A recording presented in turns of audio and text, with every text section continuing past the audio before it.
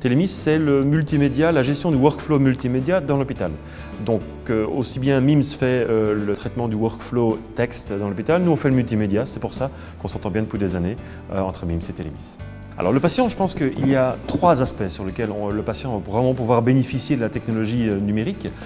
Ces 3 aspects vont toujours se relier sur le côté humain, plus humain de la prise en charge du patient. Le premier, c'est le temps d'attente.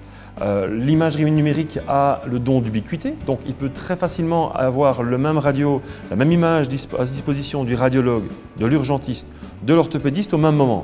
Avant, le patient devait attendre que le radiologue ait fait son diagnostic, pour après aller aux urgences et attendre que l'examen soit apporté aux urgences et pour finalement attendre chez l'orthopédiste pour voir si oui ou non on a lui poser un plâtre.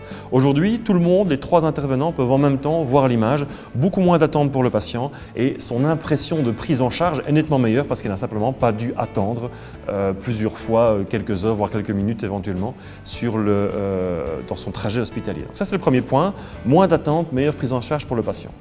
Le second point, c'est en termes de suivi patient.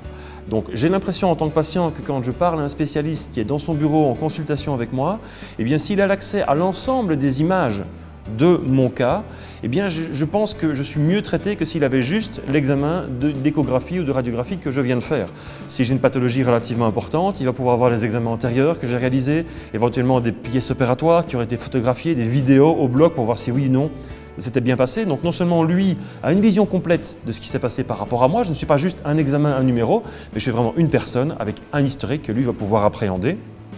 Et également au niveau pédagogique, le fait que je puisse voir sur un écran que effectivement ma jambe a été plâtrée et qu'on a remis l'os au bon endroit, eh bien c'est des choses où quand je le vois effectivement c'est plus intéressant. Pour un os, ma foi, on peut encore s'en sortir. Quand c'est une pathologie beaucoup plus grave, type oncologie, cancer, là effectivement le fait de voir, de visualiser un nodule dans mon poumon, ça va me permettre de mieux comprendre la pathologie et de mieux m'aider à quelque part à la combattre. Et le dernier aspect, qui est probablement plus important, c'est qu'effectivement l'informatique ne va pas soigner les gens.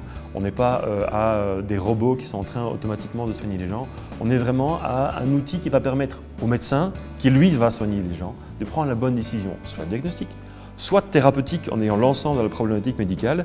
Et c'est ce qu'on appelle le concept de Extending Human Life, où effectivement l'informatique très modestement va permettre d'étendre la vie humaine parce que ça va permettre de donner de meilleurs outils au médecin qui va prendre une décision. C'est un peu l'équivalent du bistouri, mais à un niveau informatique, c'est-à-dire qu'avant de prendre la décision de couper ou de ne pas couper, on sait exactement si on va le faire et on a l'ensemble de la problématique.